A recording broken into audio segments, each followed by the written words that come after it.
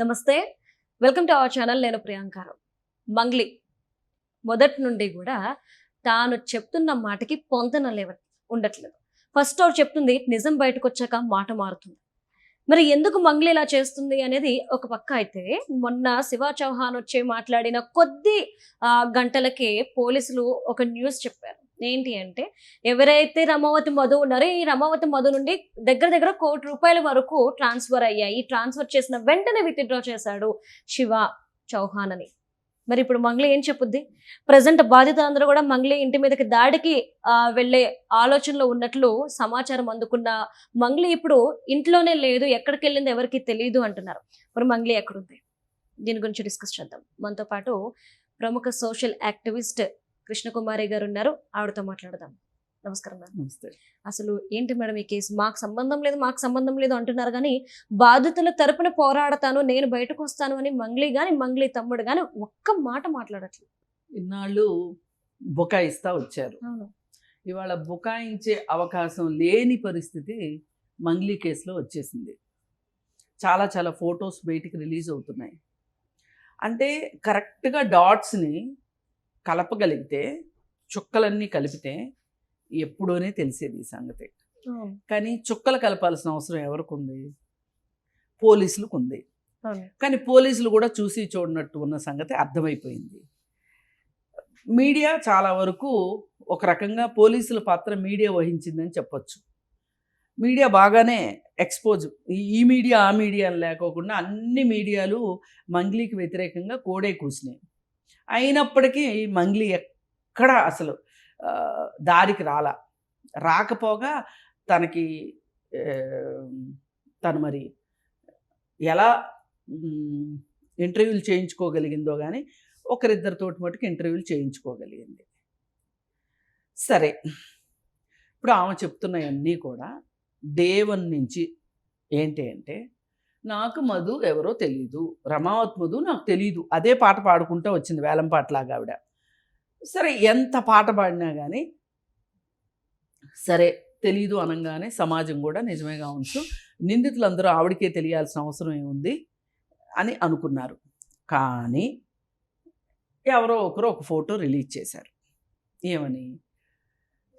ఈ సోకాల్డ్ మధు ఈవిడ వీళ్ళు కలిసి ఉన్న ఫోటోని రిలీజ్ చేశారు.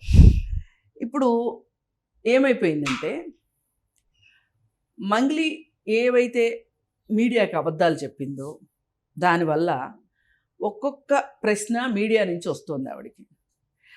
వస్తున్న ప్రతి ప్రశ్నకి ఆవిడ సమాధానం చెప్తా వచ్చింది. ఆ సమాధానాలు ఎలా ఉన్నాయి అంటే తప్పుల తడకలాగా ఉన్నాయి. అంటే ఆమె తప్పు చెప్తుంది అని ఆమెకి ఎలాగూ తెలుసు, ప్రపంచానికి అర్థమయ్యేటట్లు. మళ్ళీ ఆ తప్పును కప్పిపుచ్చుకుంటానికి ఇంకొక మాట, దాన్ని కప్పిపుచ్చుకుంటానికి ఇంకొక మాట ఆమె చెప్పుకోవాల్సిన అవసరం వచ్చింది. ఫైనల్కి ఏం తేలింది అని అంటే, ఆమె ఓపెన్గా ఒప్పుకోవాల్సిన పరిస్థితి వచ్చింది. ఎట్లా? అది కూడా ఒప్పుకోవట్లే. మళ్ళీ డాట్స్ మనం కలుపుతున్నాం కదా. నువ్వు ఫస్ట్ మంగ్లీ ఎవరో తెలియదు అన్నావు, మరి ఫోటో ఎక్కడిది అంటే, నా అభిమానిగా వచ్చి అడిగితే ఫోటో దిగాను అన్నావు. ఇంతవరకు బాగుంది. మరి అభిమానులు నీ ఇంటికి వస్తారు, కానీ నువ్వు అభిమాని ఇంటికి ఎందుకు వెళ్ళావు? కట్టుకునే ఇంటికి నువ్వు ఎందుకు వెళ్ళావు అంటే దానికి ఇంకొక కథ. అది అయిపోయిన తర్వాత అస్సలు మాకును మధుకి సంబంధమే లేదు అని చెప్పావు. సరేనమ్మా, ఎంత బాగానే ఉంది. మరి అందరూ నీ ఫ్లాట్కే వచ్చామని చెప్తున్నారు.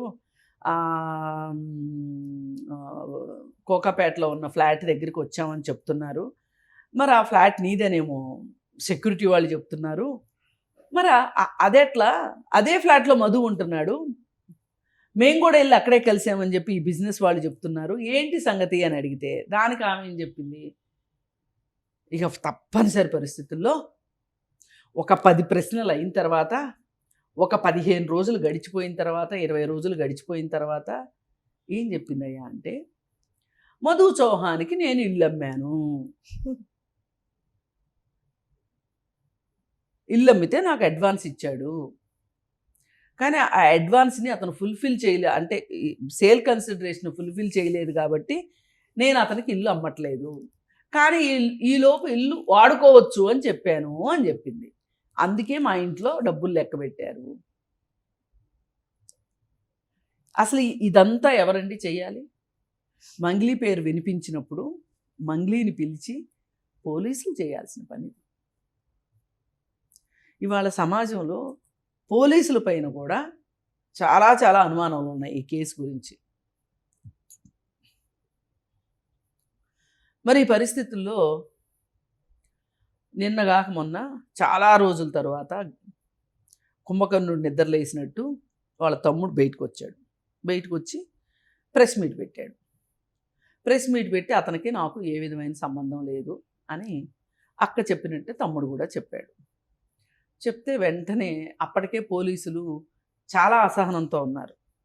మేము అనవసరంగా మాటలు పడుతున్నాము, మేము ఎందుకు ఈ మాటలు పడాలి అనుకున్నారో ఏమో. వాళ్ళు ఎంచక్కా ఈ శివా చౌహాన్ అనే అతని అకౌంట్కి మధు అకౌంట్ నుంచి డబ్బులు ట్రాన్స్ఫర్ అయినట్లుగా చూపించారు. చూపించి ఆ డబ్బుల్ని వెంటనే ఇమ్మీడియట్గా శివా చౌహాను డ్రా చేసేసుకున్నాడు. అసలు మీ ఇద్దరికి సంబంధం లేకపోతే, శివాకి మధుకి సంబంధం లేకపోతే ఈ డబ్బులు ఎందుకు ట్రాన్సాక్షన్ జరుగుతుంది? పోనీ తమ్ముడు ఏం చేస్తున్నాడో అక్కకి తెలియకోకుండా ఉండే అవకాశం ఉంది. నేనేం దానికి కాదనట్లా.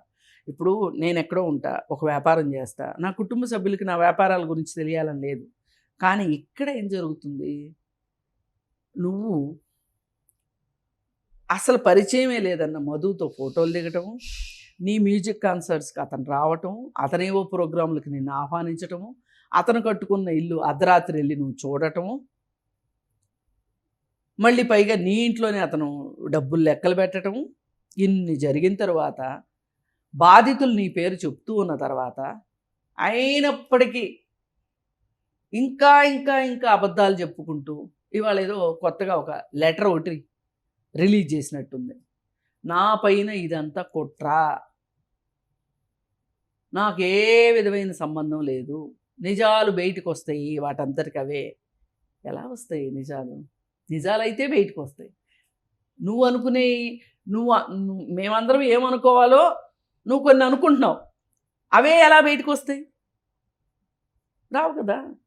అందుకని యాతావాత ఎట్లా చూసినా, పైకి ఇవాళ మీడియాలో ఇంకో ఫోటో బయటకు వచ్చింది. ఎక్కడ? ఫేస్బుక్లో. శివ, మధు, ఈవిడ, ఇంకో అతను, మరి వాళ్ళ తమ్ముడే అనుకుంటా, వాళ్ళు ముగ్గురు మామిడి తోటలో కూర్చొని మంచిగా ఫోటోకి ఫోజ్ ఇచ్చారు. ఇద్దరిది మంచి ఫోటోజెనిక్ ఫేస్. ఫోటో తీసినోడు ఎవడో కానీ మంచి ఫోటో తీశాడు, క్లారిటీగా చాలా బాగుంది. ఎంత బాగుందంటే అంత బాగుంది. ఇదే చాలనట్టు ఇంకోళ్ళు ఇంకో ఫోటో రిలీజ్ చేశారు. మరి ఇది ఎవరు రిలీజ్ చేశారో తెలియట్లేదు. అసలు ఇవన్నీ ఎట్లా బయటకు వస్తున్నాయో అర్థం కావట్లా. ఆ ఫోటోలో ఏముందంటే, మంగ్లీ ఖరీదైన ఇంట్లో, ఫారిన్ ఫర్నిచర్ ఉన్న ఇంట్లో, మంగ్లీ చెల్లెలు అనుకుంటా, ఆమె తెగ నవ్వేస్తూ ఉంది ఆ వీడియోలో. ఈ మధు పెళ్లి చూపులకు వచ్చిన పిల్లోడికి లాగా మంగ్లీ తల్లి ముందు కూర్చొని ఉన్నాడు. ఇద్దరు ఎదురు బొదురు సోఫాలో కూర్చొని ఏమేమో మాట్లాడుకుంటున్నారు. ఎంగేజ్మెంట్ అయింది అని ఆ ఫోటోతోనే మధు చెప్పాడు మేడం. ఎంగేజ్మెంట్, మంగ్లీ చెల్లెలకి నాకు ఎంగేజ్మెంట్ అయింది అని చెప్పి. ఇప్పుడు ఇంకో అతనికి ఎవరితోనో ఎంగేజ్మెంట్ అయింది అంటున్నారు. మధుతోనేనా? మధుకిచ్చి పెళ్లి చేస్తాను అని మంగ్లీ చెప్పింది అని చెప్పేసి మొత్తం జనాలకి అదే చెప్పారు. బాధితుల దగ్గర నుండి ప్రతి ఒక్కరు అదే మాట. ఈయన కూడా చేస్తాను అందని చెప్పి అంటున్నాడు. కాదు కదా, ఇంకో అతను ఎవరి పేరు చెప్పారు కదా మొదట్లో, అది రమావతి మధు. వాళ్ళ చెల్లెలకి కాబోయే భర్త వేరే అతని పేరు, వేరే పేరు చెప్పారు అప్పట్లో. అంటే మారుతున్నాయి. ఇతను మట్టుకు నిజంగా పెళ్లి చూపులకి వెళ్ళి పెళ్లి కొడుకులాగా కూర్చున్నాడు అక్కడ ఆ ఇంట్లో. చాలా వినయంగా. ఇప్పుడు పెళ్లి చూపులకి వెళ్ళినప్పుడు ఎలా పెళ్లి కొడుకులు ఎలా, పెళ్లి కూతురు కూడా వినయంగా ఉంటారు అనుకోండి, అది ఎలాగో ఉంటారు. పెళ్లి కొడుకు కూడా చాలా వినయంగా కూర్చుంటే వాళ్ళ అమ్మ ఎదురుగా కూర్చుని చిద్విలాసంగా ఏదో మాట్లాడుతుంది. అసలు ఆ ఇల్లు చూస్తే జూబ్లీ హిల్స్లో ఒక ఖరీదైన భవంతిలాగా ఉంది. మరి అది కోకాపేట ఇల్లో లేకపోతే ఇంకెక్కడన్నా ఇల్లో తెలియదు, కానీ ఫర్నిచర్ మట్టుకు బ్రహ్మాండంగా ఉంది. మరి ఇప్పుడు ఏం చేస్తారు? ఇప్పుడు ఎవరి చెవులో పువ్వులు పెడదామని మీరు? దగ్గర దగ్గర వాళ్ళు ఉండడానికి 5-6 కోట్లతో విల్లా కట్టించింది, అందులోనే కాస్ట్లీ ఫర్నిచర్ అన్ని తెప్పిస్తుంది అని కూడా రమవతి మధు వీళ్ళు చెప్తున్నమాట మేడం. ఎప్పుడు చెప్పాడు రమావతి మధు? రీసెంట్ గా వస్తున్న వీడియోస్ బేస్ చేసుకొని కాస్ట్లీ విల్లా ఒకటి 5 అలా కొంటున్నారు, ఇది ఫ్లాట్ నాకు అమ్ముతాను అన్నారు అని చెప్పేసి. అంటే గంటకొక మాట. ఏది ఏమైనప్పటికీ ఈమె అతనికి ఇల్లు అమ్ముతానన్నాను అన్న మాట ఎప్పుడు చెప్పాలండి? మనం ఇంతకుముందు కూడా ఒకసారి స్టార్టింగ్లో చెప్పాలి. ఎస్, నాకు మధు తెలుసు. ఎలా తెలుసు అంటే, ఒక అమ్మకందారికి ఒక కొనుగోలుదారికి ఉన్న మధ్య సంబంధం అని ఆమె ఆ రోజు చెప్పుంటే ఇది కూడా ఉండదు. ఈవిడ ఇంత అనుమానించేవాళ్ళు కాదు. నువ్వు చాలా సెలెక్టివ్గా చెప్పావు, ఏం చెప్తే ఏమవుతుందో, కేసులో ఏది ఎదురొస్తుందో అని చాలా తెలివిగా తామరకు మీద నీటి బొట్టు చెప్పినట్టు చెప్పిందండి కథలో. ఇప్పుడు చూస్తే మనిషి దొరకట్లే. ఇప్పుడు వాళ్ళ తమ్ముడు అకౌంట్స్ అన్నీ చెక్ చేస్తున్నారు. ఇప్పుడు నెక్స్ట్ డౌట్ ఏమొస్తుందంటే పోలీసులకి, మంగ్లీ అకౌంట్స్ కూడా చెక్ చేయాలి అని డిసైడ్ అయ్యారు. ఇప్పుడు ఈవెన్ని సపోర్ట్ చేసిన వాళ్ళు ఎవరైతే ఉన్నారో వాళ్ళు ఏం చేస్తారు? వాళ్ళు ఏం చెప్తారు సమాధానం? ఇప్పుడు ఏదో సజ్జనార్ దగ్గరికి వెళ్ళి ఫోటో దిగితేనో, డీజీపీ దగ్గరికి వెళ్ళి ఫోటో దిగితేనో, ఆ ఫోటోలు మీడియాకి రిలీజ్ చేస్తేనో నన్ను ఎవరు అనుమానించరు అని అనుకుంటే దానంత కంటే తెలివి తక్కువతనం ఇంకొకటి లేదు, దానంత మూర్ఖత్వం ఇంకొకటి లేదు. అంటే మీరు ఏమనుకుని ఈ మోసాలు చేస్తారు? చట్టం చూస్తూ ఊరుకుంటుంది, ఏం పట్టించుకోదు, మమ్మల్ని ఏమీ చేయదు అని. ఏదేమైనా కొన్ని కేసుల్లో మీడియా అత్యుత్సాహం ప్రదర్శించినప్పటికీ ఈ కేసు విషయంలో మటుకు చాలా చాలా ప్రభావవంతమైన పాత్ర పోషించిందని నాకు అనిపిస్తుంది. ఈ మీడియానే గనక లేకపోతే గనక, ప్రింట్ మీడియా అయితే గనక ఇంత బయటికి తీసుకురాగలిగేది కాదు. ఈ విషయానికి మట్టుకు సోషల్ మీడియాకి, యూట్యూబ్ ఛానల్స్కి ఒక రకంగా నిన్న మొన్న శాటిలైట్ ఛానల్స్ కూడా ఈ విషయం గురించి మాట్లాడటం మొదలుపెట్టినాయి. మొదట్లో మాకెందుకులే ఇదేదో చిన్న వ్యవహారం అన్నట్లు. కానీ నాకు అన్నిటికన్నా బాధ కల్పిస్తుంది ఏంటంటే, ఇప్పుడు ఎస్సీలకి అన్యాయం జరుగుతుంది సమాజంలో. అది మనం ఎన్నో సందర్భాల్లో మాట్లాడుకున్నాం. కానీ ఒక ఎస్సీఏ ఇంకొక ఎస్సీ కంట్లో పొడవటం, ఒక ఎస్టీఏ ఇంకొక ఎస్టీ పొట్టలో కత్తి పెట్టి పొడవటం లాగుంది ఈ కథ. మీ మీద మీకే ప్రేమ లేకపోతే, మీ వాళ్ళని మీరే మోసం చేస్తే ఇంక వేరే వాళ్ళు ఎందుకు మోసం చేయరు? అసలు మీకు మన తన అనేది ఉండాలి కదా. నేను అది కులం ఫీలింగ్ కాదండి మాట్లాడేది. మీరు మైనారిటీ వర్గంగా అట్టడుగు వర్గాల్లో ఉన్నారు. ఏవో పొలాలు కొంచెం ధరలు వచ్చినాయి. ఆ ధరలు వచ్చిన ఏ ఊర్లో అయితే పొలాలకి రేట్లు పలుకుతాయో ఆ ఊర్లోకి వెళ్ళి ఏదో ఒక రకంగా పరిచయం పెంచుకొని వాళ్ళ చేత పొలాలు అమ్మిచ్చి మీరు పెట్టుబడులు తీసుకున్నారు. ఇప్పుడు కొంతమంది ఏం మాట్లాడుతున్నారంటే, అసలు వీళ్ళంతా ఆశపోతులు కాకపోతే ఎక్కువ వడ్డీలకి డబ్బు పెడతారు అని అడుగుతున్నారు. అవును మ్యామ్, నేను ఇది విన్నాను. అసలు వాళ్ళకి అంత డబ్బు ఎక్కడి నుండి వచ్చింది అనేసి కూడా క్వశ్చన్ చేస్తున్నారు. ఏమండి, ఒక కుటుంబంలో ఒక అరెకరం పొలం ఉందనుకోండి, అది అమ్మితే ఒక 20 లక్షలు 30 లక్షలు రావా? బంగారం ఉంటుంది కదా, బంగారం కూడా అమ్మేసుకున్నారు. ఇప్పుడు ఎస్టీల్లో బంగారం అంటే చాలా మోజు ఎక్కువ ఉంటుంది. వాళ్ళు బంగారం కొనుక్కుంటారు. వాళ్ళే ఎక్కువ కొనేది యాక్చువల్లీ చెప్పాలంటే. ఆ బంగారం కూడా అమ్మేసి మరి పెట్టారంట. ఇవాళ వాళ్ళకి కళ్ళు బైర్లు ఎందుకు కమ్ముతున్నాయంటే, వాళ్ళ చిన్న మెదడు చితికిపోయినంత బాధ ఎందుకు పడుతున్నారంటే, వాళ్ళు ఇవాళ బంగారం రేట్లు చూస్తే ఎట్లా ఉంది? వాళ్ళు కొనగలరా మళ్ళీ బంగారం? ఇటు పొలం అమ్మేసుకుని, ఇటు బంగారం అమ్మేసుకుని కాస్త కోస్త దాచిపెట్టుకున్న డబ్బులు ఎంత బాధాకరం అండి. అసలు వాళ్ళని చూస్తుంటే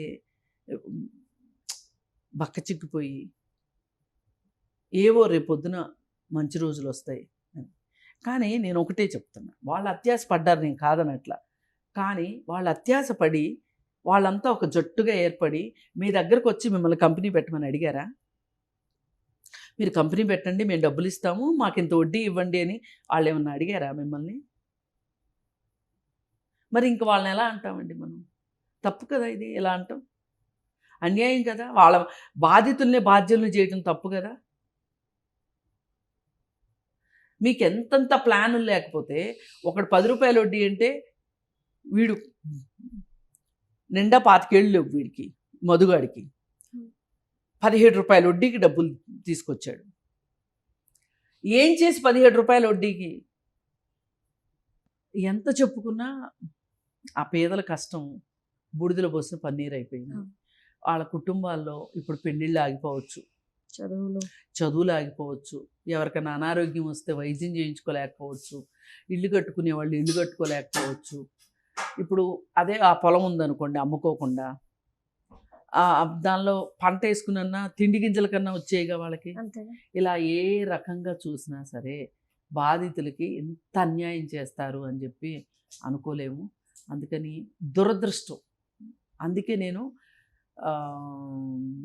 ప్రజలకి ఒకటే చెప్పదలుచుకున్నా, కొంతమంది ఫైనాన్షియల్ గైడెన్స్ ఇస్తాము అని చెప్పి ఈ వీడియోల్లో ఏం చెప్తుంటారంటే, బ్యాంకుల్లో పెట్టుకుంటే వడ్డీలు ఎక్కడొస్తాయి మీకు, మీరు ఈక్విటీల్లో పెట్టండి, ఆటిల్లో పెట్టండి, వీటిల్లో పెట్టండి అని చెప్పి చెప్తూ ఉంటారు. అలా కాదు. ఎవరైనా పేదవాళ్ళ పక్షం వహించాలి అని అనుకుంటే, మీకు ఏ బిజినెస్ కాంక్ష లేకపోతే కనుక మీరు చెప్పండి, పోస్ట్ ఆఫీస్లో పెట్టుకోండి, ఎల్ఐసిలో పెట్టుకోండి, బ్యాంకుల్లో డిపాజిట్లు పెట్టుకోండి. అంతేగాని ఇట్లా ఎవరు పడితే ప్రతి అడ్డగాడికి డబ్బులు ఇచ్చి మోసపోవద్దు అని చెప్పాలి ఎవరైనా. నేను అందుకే ఈ మంగ్లీ ఇష్యూ స్టార్ట్ అయిన దగ్గర నుంచి ప్రతి వీడియోలో చివరిలో నేను ఇవే మాటలు చెప్తున్నా. రైట్. ఇలా చేస్తే ఈ ఆర్థిక నేరాలు కాస్త దారికి వచ్చే అవకాశం ఉంది. ఈ ఈ మొత్తం మంగ్లీ స్కామ్ వెనక, ఇక మంగ్లీ స్కామ్ అనవలసిందే, రమావత్ మధు కాదు, ఈ కుటుంబం మొత్తం సకుటుంబ సపరివార సమేతంగా ఇవాళ వచ్చిన వీడియో చూస్తే మంగ్లీ చెల్లెలు, మధు, మంగ్లీ తల్లి ఈ ఖరీదైన ఇంట్లో కూర్చొని మాట్లాడుకుంటుంటే అది చూస్తే ఇది అనిపించట్లా కుటుంబ కథా చిత్రం అని? ఇప్పుడు మంగ్లీ తమ్ముడి అకౌంట్లోకి మధు అకౌంట్ నుంచి డబ్బులు వచ్చినాయా? అసలు ఫస్ట్లో మధు మంగ్లీ చెల్లెల్నే మధు చేసుకుంటున్నాడు, ఎంగేజ్మెంట్ అయింది అని బాధితులు చెప్తుంటే, కాదు ఇంకొక అతను ఎవరో ఉన్నాడని ఇంకొక అతని పేరుని వ్యూహాత్మకంగా బయటికి తీసుకొచ్చారు. కానీ ఇప్పుడు అర్థమవుతుంది కుట్ర ఏంటో. వీళ్ళే తీసుకొచ్చారు ఆ పేరుని బయటికి. కానీ అసలు నిజానికి మంగ్లీ చెల్లెలికి మధుకి పెళ్ళి. ఇప్పుడు ఆ వచ్చిన వీడియో చూస్తే కూడా మనకు అర్థమవుతుంది ఆమె ఎంత సంతోషాతిరేకంతో ఉందో. చూసారా? అసలు మంగ్లీకే పరిచయం లేకపోతే మధు వాళ్ళ అమ్మకి మధు వాళ్ళ చెల్లితోటి అంత సాన్నిహిత్యం ఎలా ఉంటుందండి? చక్కగా మురిసిపోతున్నాడు వీడు ఇంటల్లులాగా. అందుకని ఏది ఏమైనా ఇలాంటి స్కాములు జరగకూడదు అనుకుంటే ప్రభుత్వం కూడా పేదవాళ్ళ దగ్గర నుంచి డబ్బులుగానే తీసుకుంటే కనుక కొంచెం వడ్డీ ఎక్కువ ఇస్తాము. ఇప్పుడు రిటైర్మెంట్ పీపుల్ అట్లాంటి వాళ్ళు, శాలరీడ్ ఎంప్లాయీస్ రిటైర్ అయినప్పుడు వచ్చే డబ్బులకి మీరు వడ్డీ తక్కువ ఇచ్చినా పర్వాలేదు. కానీ ఇలాంటి పేదవాళ్ళ దగ్గర నుంచి, వ్యవసాయ కుటుంబాల దగ్గర నుంచి వాళ్ళు పొలాలు అమ్ముకుంటే వచ్చే డబ్బుల్ని గనక ఇన్వెస్ట్ చేస్తే ఎక్కువ వడ్డీ ఇస్తామని, అలాగే వాళ్ళకి ఆదాయ పన్ను నుంచి మినహాయిస్తాము అని కొన్ని ఆకర్షణీయమైన పథకాలు ప్రభుత్వం గనక ప్రవేశపెడితే ఇలాంటి వాటికి చెక్ పెట్టచ్చు. Right. Thank you so much. Thank you.